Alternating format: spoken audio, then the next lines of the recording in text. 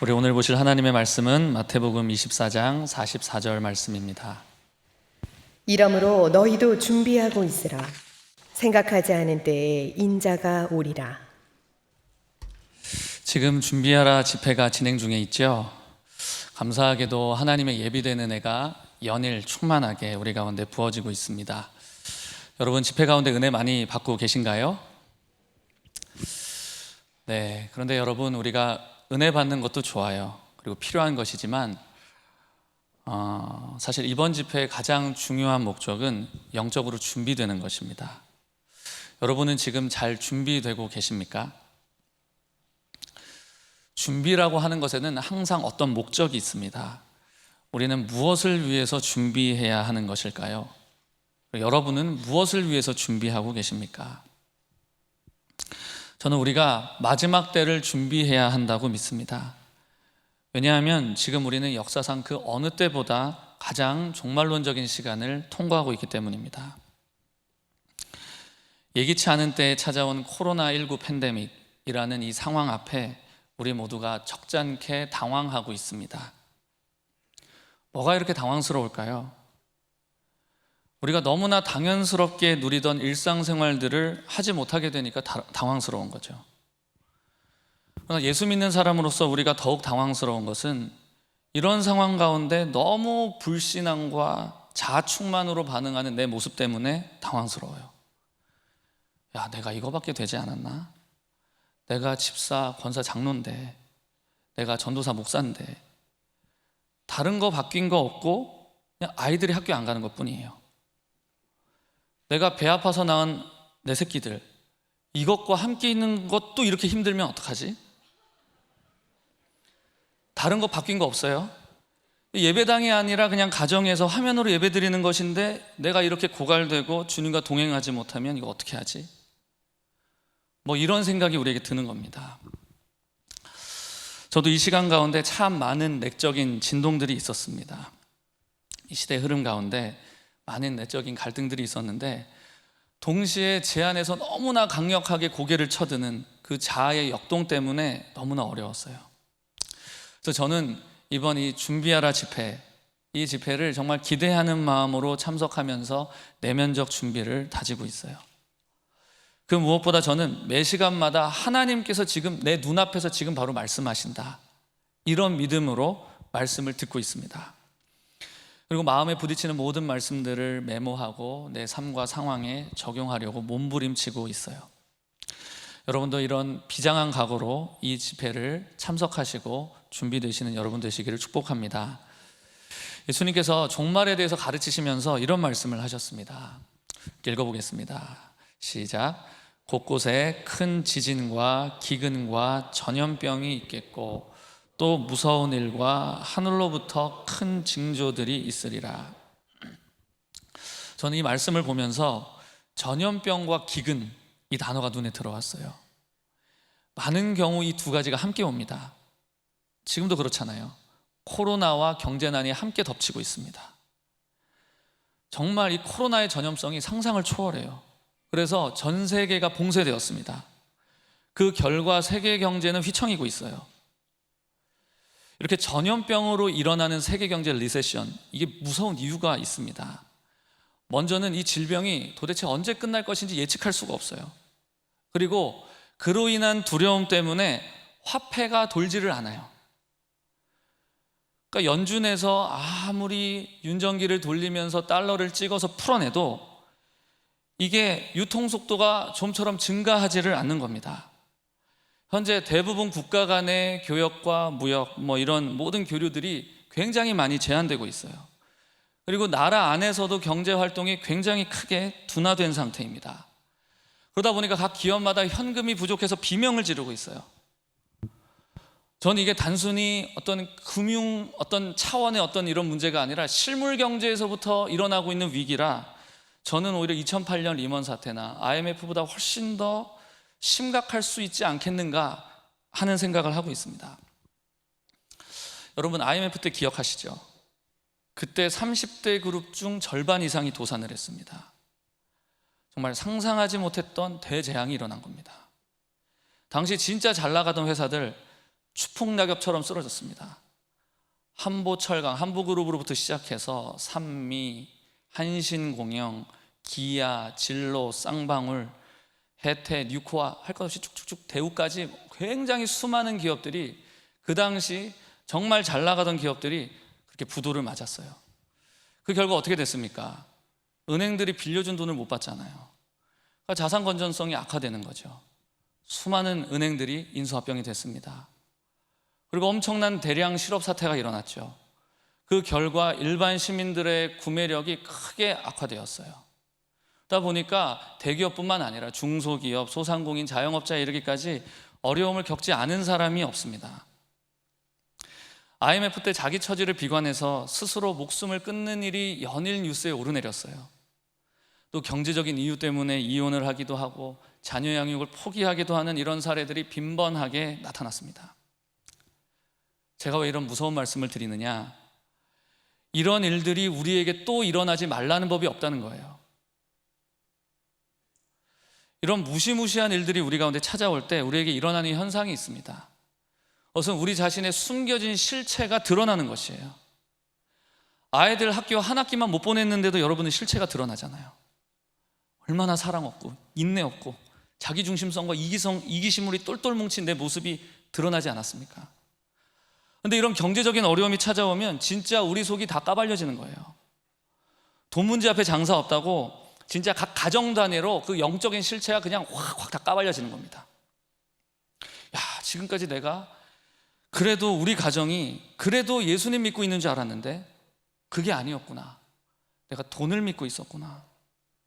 또 우리 가정이 예수 믿는 가정이고 교회에서 몇 년째 이런 봉사 저런 봉사하고 이런 직분 받고 우리 가정이 신앙의 3대고 4대고 그래서 괜찮을 줄 알았는데 그게 아니었구나 하는 탄식 소리가 여기저기서 들리게 될 겁니다. 왜 이런 일이 예수 믿는 가정에게도 일어나게 되는 것일까요? 그 이유는 준비하지 않았기 때문입니다. 그래서 오늘 여러분과 나눌 말씀의 제목은 가정에서 준비하라입니다.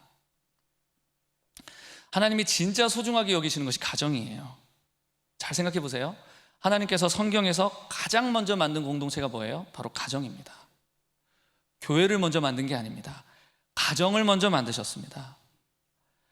가정은 하나님의 성품과 속성을 가장 자연스럽게 배울 수 있는 장소예요. 가정에서 삶을 통해서 배워진 것은 우리의 깊은 무의식 속에 와서 박혀버립니다. 그래서 좀처럼 잘 안 바뀌어요. 그래서 건강한 가정이 얼마나 중요한지 몰라요. 그리고 그 중요성은 마지막 때가 되면 될수록 더욱 강조됩니다. 주님께서 말라기서에서 다음과 같은 말씀을 하셨죠. 함께 읽어볼까요? 시작. 보라, 여호와의 크고 두려운 날이 이르기 전에 내가 선지자 엘리야를 너희에게 보내리니 그가 아버지의 마음을 자녀에게로 돌이키게 하고 자녀들의 마음을 그들의 아버지에게로 돌이키게 하리라. 돌이키지 아니하면 두렵건대 내가 와서 저주로 그 땅을 칠까 하노라 하시니라. 이 말라기 4장의 문맥을 자세히 살펴보면 이거는 지금 예수님 재림 직전의 때를 묘사하고 있는 것임을 알 수 있습니다. 일단 구약에서 여호와의 크고 두려운 날, 그날 이렇게 되면 이거 자체가 재림을 의미하는 표현이에요. 또 4장 1절에 보면 온 세상에 임할 불심판이 묘사되고 있습니다. 그것을 볼 때 이 말라기 4장은 예수님 재림과 관련된 텍스트임을 우리가 알 수가 있어요. 그런데 놀랍게도 이 마지막 때에 그때에 주님께서 선지자를 보내셔서 가정의 연합과 회복의 메시지를 선포하시겠다고 지금 말씀하고 계신 거예요. 가정이 연합되고 회복되어야 마지막 때를 견딜 수 있다, 이렇게 지금 말씀하고 계신 것입니다. 하나님이 얼마나 가정을 중요하게 여기시는지 볼 수 있는 대목이라고 저는 생각해요. 여러분, 마지막 때가 되면 세계의 악한 정부들이 들어서게 될 것입니다. 그리고 제도권 교회를 없애버리는 일이 일어날 수 있습니다. 그렇다고 정부가 가정을 없앨 수 있을까요? 불가능합니다. 교회라고 하는 기관은 얼마든지 여러 법안들과 행정명령을 통하여서 폐쇄시키거나 해체시켜 버릴 수 있어요. 그러나 가정은 아무리 악하고 강력한 공권력이 들어선다 할지라도 절대로 어떻게 할 수 없어요. 그 리차드 범브런트 목사님의 삶을 다루고 있는 그리스도를 위한 고난이라는 영화, 그 영화를 보면 루마니아의 이제 제도권 교회들이 사라지는 장면들이 나와요. 물론 어용교회는 잠시 존재를 합니다. 하지만 순수한 신앙을 지키려고 하는 교회들은 핍박 초기부터 지하로 또 가정으로 스며들어서 그곳에서 이제 예배를 합니다. 가정교회가 가능하려면 어떻게 해야 할까요? 먼저 지금부터 각 가정이 하나님 앞에 올바로 서 있어야 하는 것이에요. 우리는 지금부터 가정에서 영적 준비를 철저하게 해 나가야 하는 줄 믿습니다. 우리 옆에 계신 분과 함께 인사하겠습니다. 가정에서 준비합시다. 인사하겠습니다. 그러면 우리는 가정에서 무엇을 준비해야 할까요? 첫째로 우리는 가정에서 하나님과의 친밀함을 준비해야 합니다. 마지막 때 많은 난리의 소식들, 그리고 많은 이런 어려움들이 찾아오게 될 때 우리의 마음은 쉽게 위축되고 눌리게 돼요. 그러나 그때 하나님과의 친밀함을 소유한 사람은 그 시간 속에서도 하나님의 뜻과 소망을 발견하며 이겨나갑니다. 그러니까 마지막이 되면 될수록 나와 주님과의 관계가 실제적인지 그렇지 못한지 이것들이 드러나게 된다는 것이죠. 다윗이 시편 23편에서 이렇게 고백을 합니다. 주님이 나와 함께 하시기 때문에 사망의 음침한 골짜기를 다녀도 두려워하지 않는다. 다윗과 하나님과의 관계는 살아있는 실제적인 관계였어요. 그래서 그의 삶 가운데 존재했던 수많은 어려움들을 다 헤쳐나갈 수 있었습니다. 근데 가정도 마찬가지예요. 날마다 하나님의 얼굴을 구하는 가정, 그 가정은 어떤 어려움이 찾아온다 할지라도 물론 어렵죠, 힘들죠. 하지만 이겨내고 극복하고 돌파해 나갈 수 있습니다.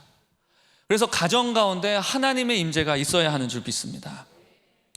저는 가정에서 하나님과의 친밀함을 만들어 나가기 위해서 그 무엇보다 먼저 가정 예배를 여러분들에게 권면드리고 싶어요. 최근 코로나19로 인해서 많은 분들이 가정 예배를 시도해 보셨으리라고 저는 생각을 합니다.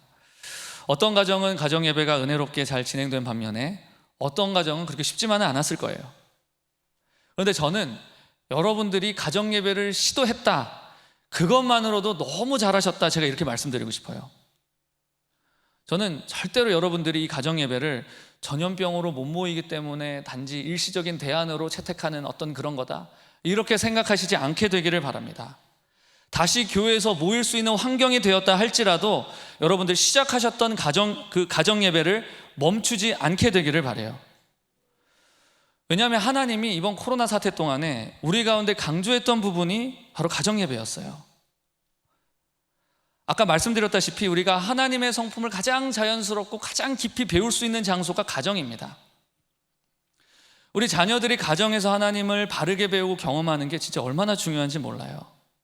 그래서 부모님들은 아이들이 가정 안에서 하나님을 잘 배우고 경험할 수 있도록 안내해 줄 수 있어야 합니다.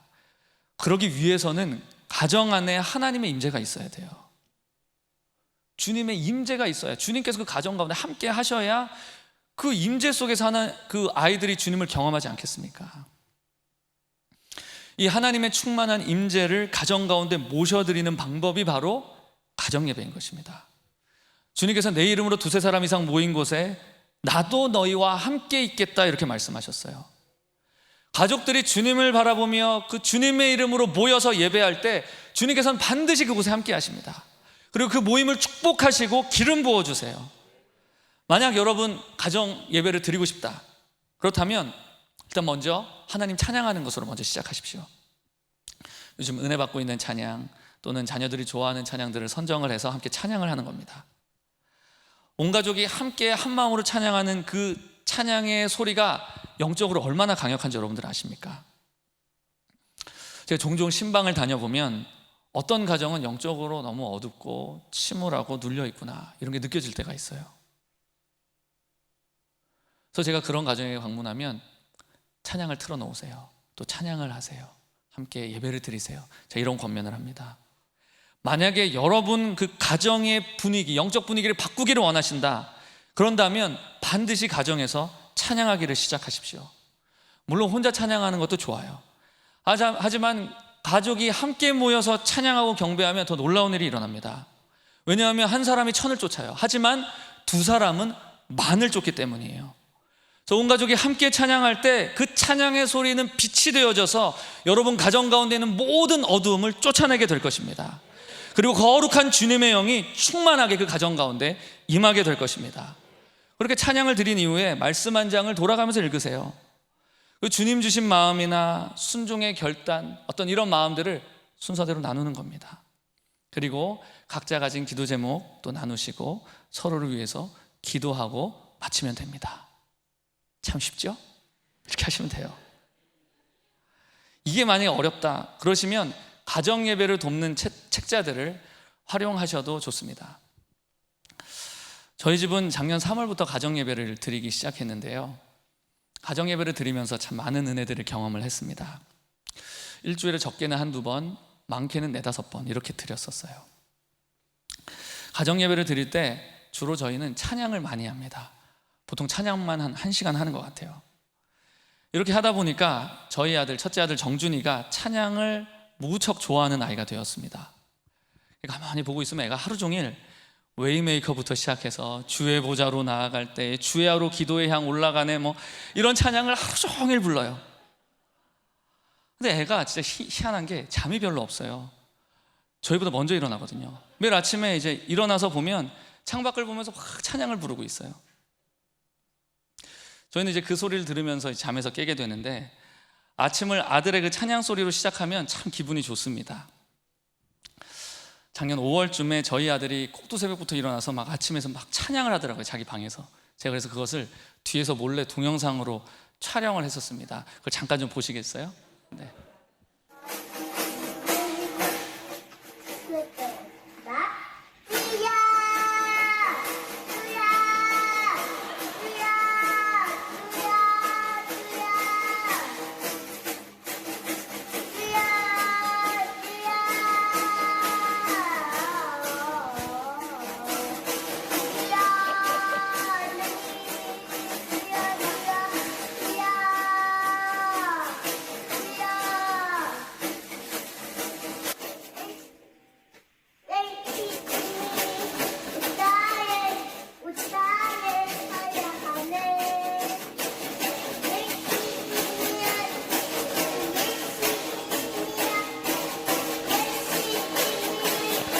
여기 보면 디테일이 있어요. 마이크도 있고요. 저기 인형 놓여 있는 저 회중입니다. 회중이라고 저렇게 놔두고 이렇게.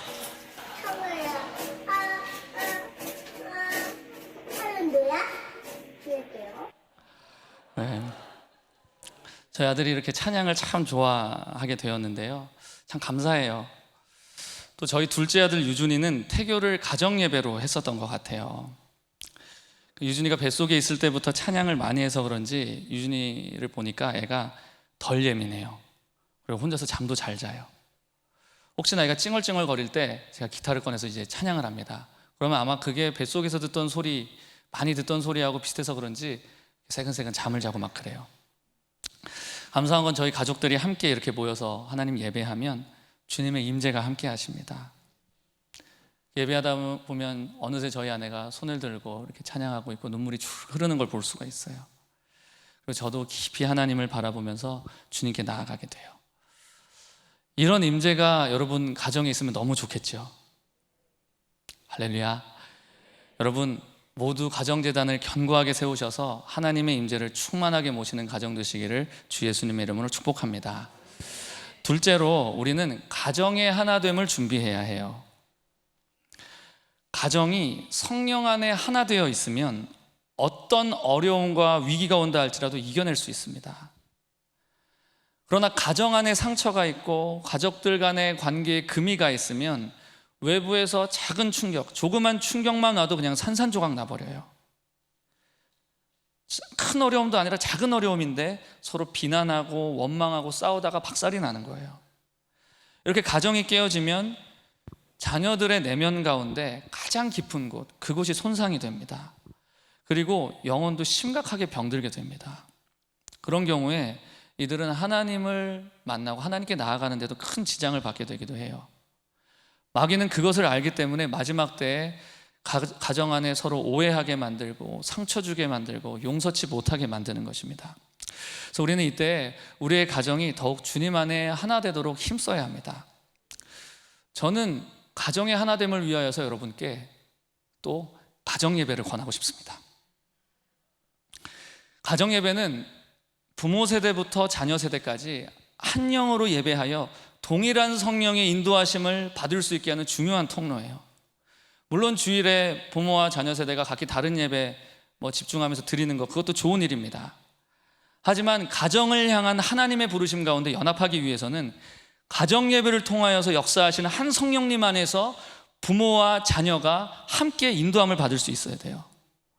그리고 가정 예배는 세대 차이를 줄일 수 있는 가장 좋은 방법이기도 합니다. 요새는 부모가 부르는 찬양을 자녀들이 모르고 자녀 세대가 부르는 찬양을 부모 세대가 이해하지 못해요. 그러나 가정 예배를 드리게 되면 각 세대가 동일한 은혜 안에서 하나됨을 이룰 수 있게 됩니다. 이때 여러분들 예배 드릴 때에 진실한 죄의 고백이 동반된다면 그 가정 안의 연합은 더욱더 강력하게 일어나게 될 것이에요. 그래서 저는 특별히 여러분께 가정 예배를 드리면서 자기의 연약함이나 죄를 고백하는 시간을 꼭 갖게 되시면 좋겠다, 이렇게 말씀드리고 싶습니다.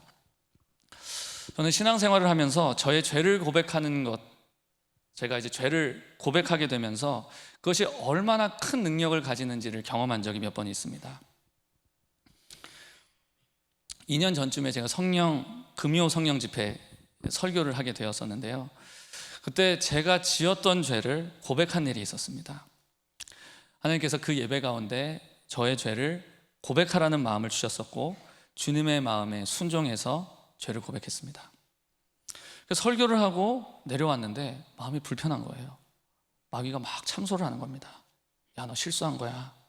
이제 교인들이 너를 어떻게 생각하겠냐. 이러면서 이런 생각들이 막 저를 괴롭혔습니다. 다음날 아침에 이제 무거운 마음으로 출근을 했는데 이영진 전도사님을 만나게 됐어요. 근데 전도사님이 저를 보더니 대뜸, 목사님 어제 진짜 멋있었어요. 어떻게 그런 고백을 하실 생각을 하셨어요? 진짜 짱이에요, 막 이러시는 거예요. 그 얘기를 듣는데 감사하더라고요. 그리고 이제 방에 들어가 앉아 있는데 조금 뒤에 한 권사님이 제 방에 들어오는 겁니다. 그분 얼굴을 딱 봤는데 눈시울이 붉어져 있어요. 이분이 성품이 강직하신 분이십니다. 근데 제 방에 눈물을 글썽이시면서 찾아오신 거예요. 권사님 무슨 일이세요? 그랬더니 목사님 그냥 저를 위해서 기도해 주세요, 이러시는 거예요. 기도를 해드렸더니 그냥 굵은 눈물을 툭툭툭 흘리시더라고요. 그럼 며칠 뒤에 이제 이성씨 전사님의 대화를 하는데 이런 얘기를 하시는 거예요. 목사님이 그렇게 솔직하게 실수를 고백하는 것을 듣는 순간 목사님에 대한 신뢰감이 빡 하고 생기더라, 이렇게 얘기를 아무튼 이제 그런 것뿐만 아니라 하나님의 많은 은혜들이 그 이제 어간에 많이 있었습니다. 우리가 우리의 죄를 서로 고백하는 것이 얼마나 강력한 것인지 몰라요. 그렇다면 가정에서 서로의 죄와 연약함을 고백하는 것이 얼마나 능력이 있을지 여러분 생각해 보셨습니까? 작년의 일인데 하루는 제 마음에 시험이 찾아온 적이 있었습니다. 제가 어떤 말을 들었는데 그 말이 잘 용납이 안 되고 소화가 안 되더라고요. 그러면서 갑자기 제 마음이 냉담해지면서 의욕이 없어지기 시작했습니다. 그런 상황이 한 2주 정도 지속이 됐던 것 같아요. 갑자기 제가 조금 이상하니까 제 아내가 대체 왜 그러냐고 묻더라고요. 근데 제가 말해봐야 좋은 말도 아니고 하니까 그냥 아무 일 아니다 이러고는 얼버무리고 그렇게 지냈습니다. 그러다가 하루는 이렇게 가정 예배를 드리고 있는데 갑자기 그런 마음이 들었습니다. 그래도 내 아내는 내 마음을 이해해 줄 수 있는 사람인데 그냥 내 속마음을 얘기해야 되겠다. 그래서 내가 무슨 말을 들었고 그 마음이 나에게 내 마음을 어떻게 상하게 했고 이런 부분들을 담담하게 나눴습니다. 제 이야기를 다 들어준 아내는 제 마음을 깊이 이해해 주더라고요. 그렇다고 대단한 해결책을 저에게 제시해 준 건 아니었습니다. 그냥 저는 나눴고 제 아내는 진심으로 그냥 들어줬어요. 그런데 그렇게 나누는데 그냥 그 순간 제 마음이 자유해지더라고요. 제가 스스로 해답을 찾게 되었습니다. 그리고 내적 갈등에서 승리할 수 있게 되었어요. 또 한 번은 이제 가정 예배를 드리는데 막 찬양을 하는데 뭔가 메마르더라고요. 그래서 오늘은 좀 말씀을 나눠야 되겠다 싶어서 찬양을 마치고 말씀을 좀 나누었습니다. 마태복음 25장을 가지고 마지막 때 우리가 어떻게 영적 준비를 할 것인지 좀 나누고, 그리고 하나님이 이때 내게 어떤 영적 준비를 요구하시는지 그런 부분들을, 그리고 또 나는 어떻게 감당하고 있는지 이런 부분들을 나눴습니다. 그리고 아내에게 주시는 마음이 있는지 한번 나누어 보라고 이렇게 말을 했어요. 근데 아내가 좀처럼 입을 못 여는 거예요. 한참을 머뭇거리다가 울먹거리면서 말을 꺼내는데, 주님이 우리 신랑으로 오실 텐데 자기는 예수님께 사랑받지 못하는 신부 같다, 이렇게 얘기를 하는 거예요. 그 얘기를 듣는데 뭔가 문제가 있나 보다, 내가 뭐 큰 잘못을 했나 보다, 이런 생각이 또 들더라고요. 사실 당시에 저도 좀 아내의 어떤 모습 속에서 약간 좀 마음이 상해 있는 부분들이 있었어요. 저도 이렇게 약간 감정이 상해 있다 보니까 아내가 말을 하면 듣기가 싫은 거예요. 그러니까 아내의 말에 무관심하게 반응하게 되고 경청하지 않았던 거예요. 근데 저의 그런 무관심과 이런 무반응에 감정이 쌓였던 것 같아요. 그러면서 내가 남편에게 사랑받지 못하는구나, 이런 생각을 하게 됐고, 그런 중에 신랑 되시는 주님을 묵상하는데 내가 주님께도 사랑받지 못하는 거 아닌가, 이런 생각까지 하게 됐다는 거예요. 그 가정 예배가 힘들었다, 오늘 예배 드리는데 힘들다, 이렇게 얘기를 하는 거예요. 이 얘기를 듣는데 내가 참 잘못했구나, 이런 생각이 들더라고요. 그래서 바로 제가 아내에게 그렇게 느끼도록 만든 것에 대해서 이렇게 용서를 구했어요. 그리고 나도 어떤 부분에서 아내에게 불편함을 느꼈는지 솔직하게 나눴습니다. 그랬더니 아내도 본인의 잘못을 인정하면서 나도 내 상처만 본 것 같다, 도리어 남편에게 복종하지 못하는 내 죄를 보지 못한 것을 용서해달라, 이렇게 얘기를 하더라고요. 그래서 이렇게 나눔을 하고 제가 이제 아내를 이렇게 안아줬어요. 이렇게 위로를 해주는데, 그걸 보고 있던 정준이가 막 이렇게 다가오는 거예요. 와서 나도 안아줘, 막 이러는 거예요. 그래서 셋이 끌어안고 막 뽀뽀를 해줬어요. 가정 예배를 드리다 보면 이런 유익들이 있습니다. 저희는 이런 시간들을 통하여서 우리 가정이 더욱더 하나됨을 경험하고 있습니다. 여러분, 가정 예배는요, 성령 안에서 가정이 하나 되도록 하는데 굉장히 강력한 방법입니다. 왜냐하면 가정에서 하나님을 왕으로 인정할 때, 그리고 그렇게 예배할 때 하나님께서 그 가정에 임하셔서 그 가정을 주님의 나라로 만드시기 때문이에요. 예수님께서 마지막 때에 대해서 이런 말씀을 하셨습니다. 함께 읽어볼까요? 말씀 보여주시죠. 시작. 불법이 성함으로 많은 사람의 사랑이 식어지리라. 이 마지막 때 나타나는 주된 현상 중에 하나가 바로 서로 간의 사랑이 식어지는 것이라는 거예요. 그런데 우리가 기억해야 할 것은 이렇게 사랑이 식어지는 장소가 결코 멀리 있는 게 아니라는 겁니다. 안타깝게도 많은 경우 우리가 생활하고 있는 이 가정에서 주님 말씀하신 이 종말의 현상이 들이닥치고 있다는 것이에요. 이것에 대해서 예비하고 대비하고 준비할 수 있는 가장 중요한 방법이 바로 가정 예배인 것입니다. 그래서 여러분들 반드시 가정에서 예배하게 되시기를 축복합니다. 그 예배 가운데 임하신 주님의 그 충만한 임재 가운데 남편과 아내의 바른 본분으로 돌아가십시오. 그리고 주님의 사랑 안에 더욱더 연합하고 하나 되십시오.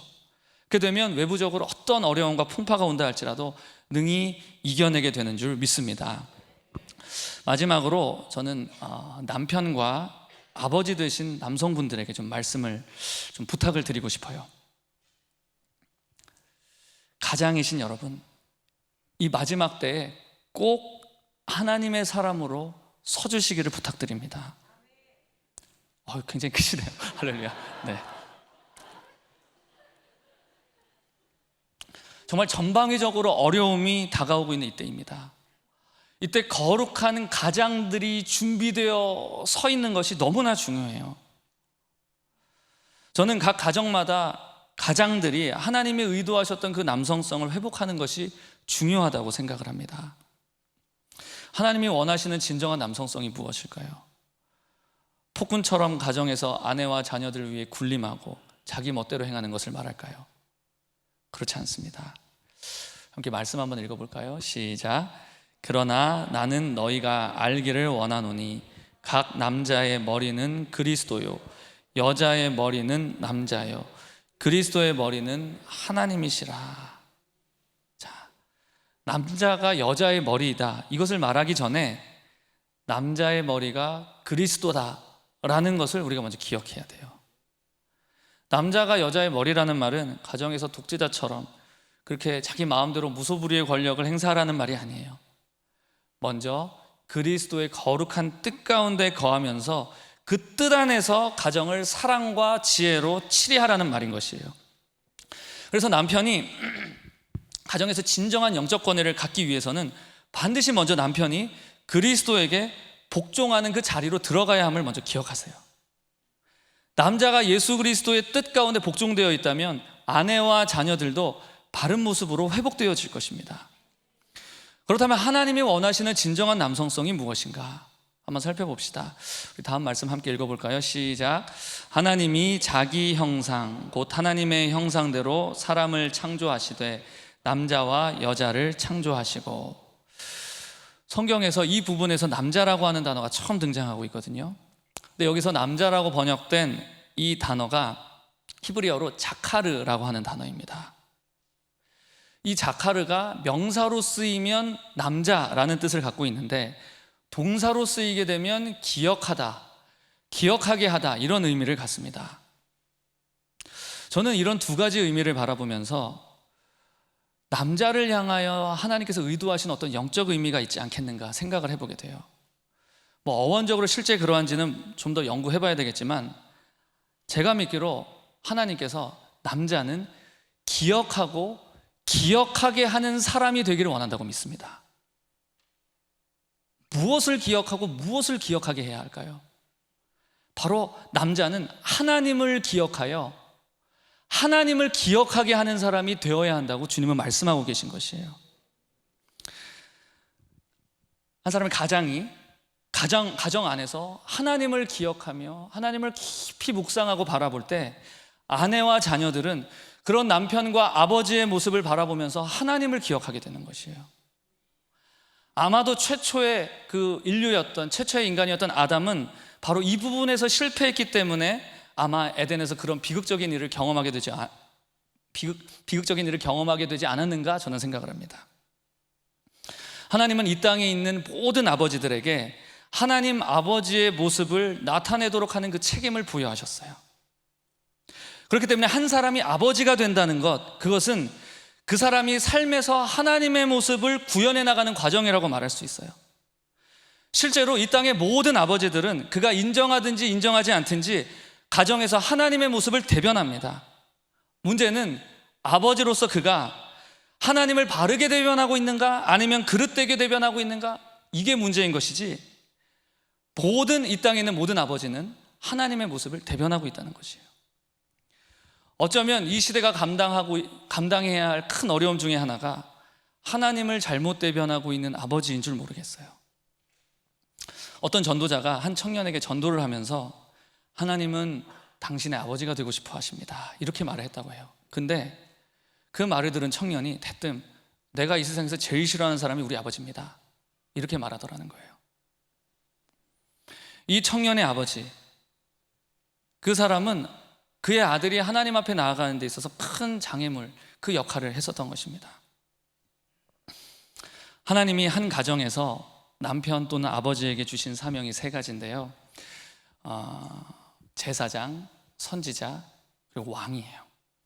이 세 가지 사명을 주셨습니다. 아버지의 제사장적 역할은 하나님 앞에서 가족을 대표하는 것입니다. 그리고 아버지의 선지자적 역할은 가족들 앞에서 하나님을 대변하는 거예요.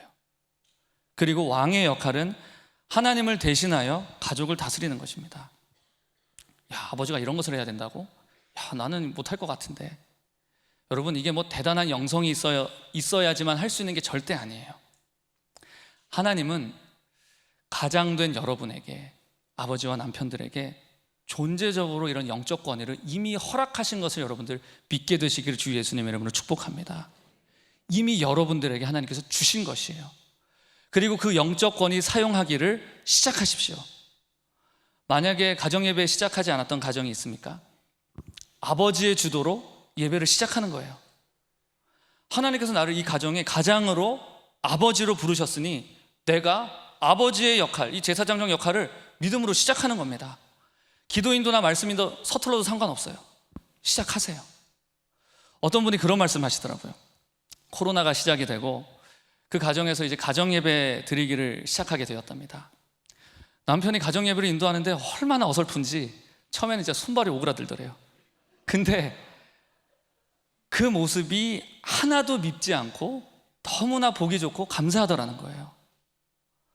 저는 그 이야기를 들으면서 부족해도 그렇게 믿음으로 자신의 제사장적 역할을 감당하는 그분 위에 하늘에서 인준하신 그 가장의 권위와 그 영적 능력을 그분에게 부어주시겠다 하는 그런 믿음이 제 안에 들었었어요.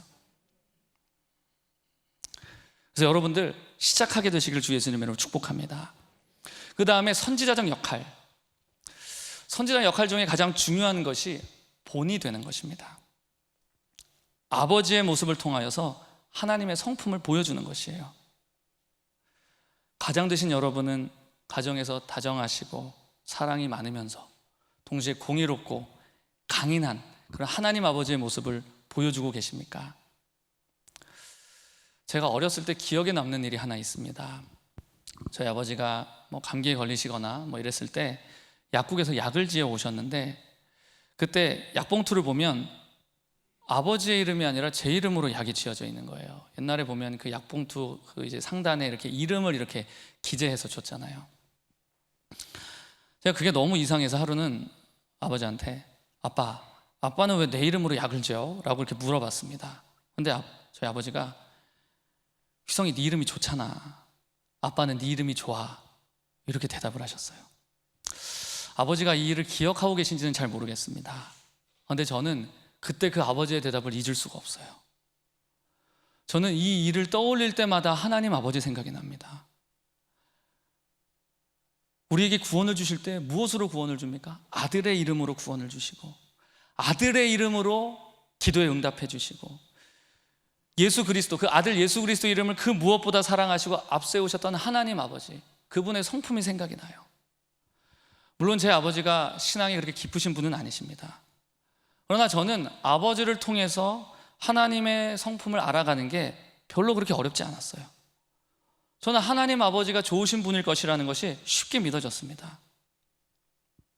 아버지 되신 여러분, 여러분의 삶을 통하여 가족들에게 하나님 아버지의 모습을 나타내 주시기를 축복합니다.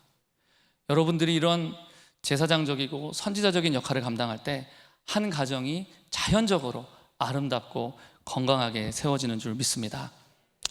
어떤 분들은 이런 얘기를 들으면 마음 아파하시는 분들도 계세요. 가정 안에서의 실패가 너무나 크고 뼈 아프다는 거예요. 어디서부터 어떻게 시작해야 될지 모르겠다, 이렇게 말씀하시는 분이 있으실 수 있습니다. 그러나 여러분, 기쁜 소식이 있어요. 그 누구라 할지라도 다시 시작할 수 있다는 것입니다. 그것이 바로 복음의 능력이에요. 먼저 여러분, 하나님 앞에서 깊이 회개하십시오. 그 다음에 가족들에게 자신의 죄를 정직하게 고백하시고 용서를 구하십시오. 이게 참 중요합니다.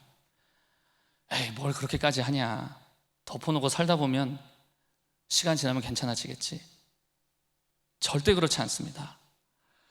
하나님과 가족들 앞에서 정직하게 고백하고 용서받지 않으면 그 문제는 절대로 사라지지 않습니다. 영원히 그 자리에 그대로 있을 것이에요. 이것은 시간이 해결해 줄 수 있는 것이 절대 아닙니다.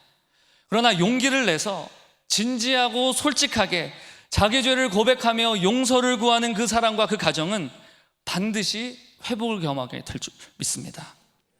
물론 그 오랜 기간 동안의 그 상처가 한마디의 말로 회복되어지는 것은 아닐 수 있어요. 그러나 여러분의 회개가 진실하다면, 여러분의 변화의 진실성을 지속적으로 보여줄 수만 있다면 여러분의 가정은 반드시 회복될 것입니다. 그리고 변화되어지고 하나님의 은혜들을 누리게 될 것입니다. 말씀을 정리하겠습니다. 지금은 마지막 때입니다. 이때 우리는 영적 준비를 철저하게 해야 해요. 그런데 특별히 가정에서부터 이 준비가 되어져야 하는 줄 믿습니다. 그래서 이때 저와 여러분, 가정 가운데 가정의 재단을 회복하셔서 하나님과의 친밀함을 회복하고 또 가정의 영적 하나됨을 회복하셔서 여러분들 온전히 준비된 가정 되셔서 이 마지막 때를 능히 돌파하고 승리하는 저와 여러분 되시기를 주 예수님의 이름으로 축복합니다. 또한 모든 남성분들 거룩한 하나님의 사람들로 세워져서 이 땅과 가정들을 새롭게 하는 놀라운 하나님의 사람으로 쓰임받게 되시기를 주 예수님의 이름으로 축복합니다. 우리 함께 이 시간 찬양하며 기도하기를 원합니다. 우리 두 손 들고 찬양합니다. 함께 찬양하겠습니다.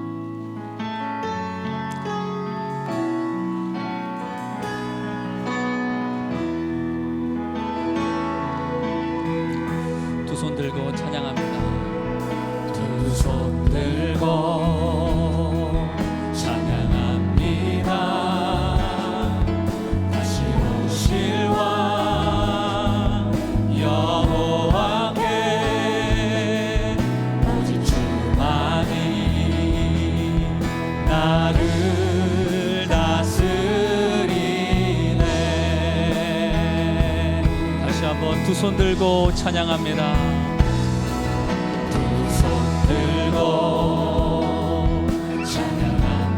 찬양합니다. 다시 오실 왕 여호와께 오직 주만이 나를 다스리네. 나 주님만을 섬기리. 나 주님만을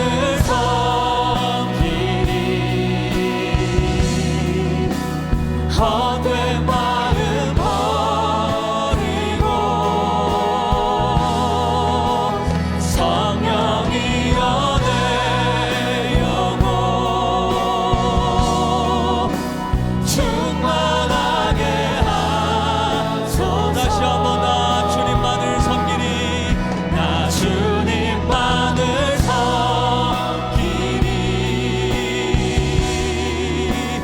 헛된 마음 버리고 성령이여 내 영혼 충만하게 하소서. 충만하게 하소서. 주님 앞에 내 생명 드리리라. 다시 한번 두 손 들고 찬양합니다. 두 손 들고 여러분 가정의 고백이 되도록 주님 앞에 올려드리세요. 다시 오실 왕 여호와께 오직 주만이 나를 다스리네. 아멘. 우리 가정을 다스리시는 주님 바라봅니다. 나 주님만을 섬기리. 헛된 마음 버리고 성령이여 내 영혼 충만하게 하소서. 나 주님만을 섬기리. 나와 우리 집은 오직 주님만을 섬기겠노라. 헛된 마음 버리고 성령이여 내 영혼 충만하게 다시 한번 나 주님만을 섬기리. 나 주님만을 섬기리. 헛된 마음 버리고 성령이여 내 영혼 충만하게 하소서. 주님 앞에 내 생명 드리리라. 우리 함께 이 시간 기도하기를 원합니다. 이 시간 기도할 때 하나님 정말 엄중한 때를 우리가 통과하고 있습니다. 하나님, 이 시간 가운데 나와 우리 가정이 성령 안에서 온전히 준비되어지기를 원합니다. 이 시간을 낭비하지 않게 되기를 원합니다. 이 시간을 그냥 보내지 아니하게 하시고 이 시간을 통하여 우리 가정 가운데 원하시며 주님께서 예비하신 그 영적 준비가 온전히 일어나게 되게 하여 주옵소서. 가정마다 그 모든 각 가정마다 가정의 재단들은 세워질지어다. 가정의 예배들은 회복되어질지어다. 그 가정의 예배들로 말미암아 그 가정마다 충만한 주님의 임재가 임하게 하시고 가정의 하나님이 회복되게 하여 주옵소서. 특별히 작하르 되어진 가정의 남성들이여 가장들이여 주 예수님의 이름으로 일어날지어다. 회복되게 하여 주옵소서. 성령 충만함으로 일어나게 하여 주옵소서. 이러한 제목을 가지고 주님의 이름 크게 세움으로 동성으로 기도합니다. 주여,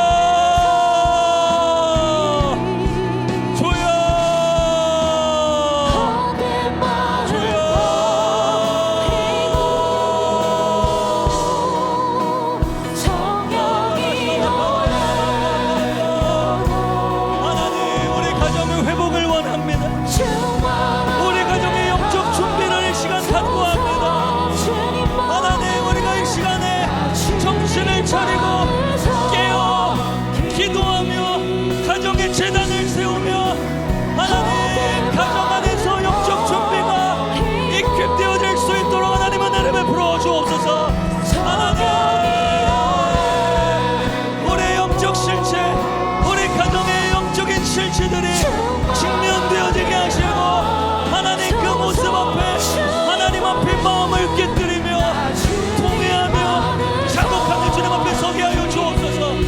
회개형을 부어주시며 가정 안에 화해와 회개와 하나님 연합과 회복이 일어날 수 있도록 은혜를 베풀어 주옵소서. 하나님 가장들 가운데 은혜를 주십시오. 가장들 가운데 용기를 주십시오. 가장들 가운데 담대함을 허락하여 주옵소서.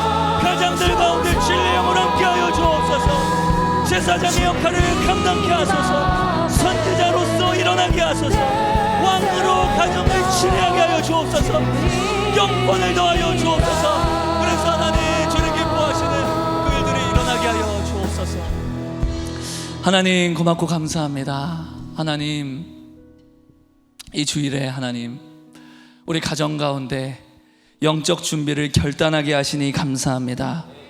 하나님 참으로 이 엄중한 이 시간 가운데 우리가 하나님 앞에 거룩한 영적 준비를 결단하게 하여 주옵소서. 가정재단이 무너져 있던 가정들마다 결단하게 하여 주옵소서. 가정 예배를 결단하며 그 예배 가운데 임하시는 주님을 경험하게 하시고 그 임재 가운데 하나 되게 하시는 성령님의 역사를 경험하도록 주님께서 은혜 베풀어 주시옵소서. 그래서 하나님 그러한 영적 준비로 말미암아 이 마지막 때 정말 이 시간을 넉넉히 승리하며 이길 수 있는 우리 모든 가정들 될 수 있도록 하나님 함께하여 주옵소서. 특별히 가정의 자카르들을 주 예수님의 이름으로 축복합니다. 그들이 진정한 남성성을 일어나게 하여 주옵소서. 그들이 매 순간마다 주 여호와 하나님을 기억하는 자들로 일어서게 하시고 그것으로 말미암아 그 가족들 모든 가족들 아내와 자녀에 이르기까지 그 아버지의 모습을 보며 하나님을 기억하는 영광이 나타나게 하여 주옵소서. 하나님 축복합니다. 하나님 주님 앞에 드려진 모든 예물들을 주 예수님의 이름으로 축복합니다. 그 예물 가운데 담겨진 모든 사연을 주님 기억하여 주시고 하나님 흠양하시고 주님의 영광으로 함께하여 주옵소서. 이제는 우리 주 예수 그리스도의 은혜와 하나님의 사랑과 성령의 교통하심이 가정의 회복과 준비를 결단하는 모든 분들 10년 가운데 지금으로부터 영원토록 함께 하시기를 간절히 축원하옵나이다. 아멘.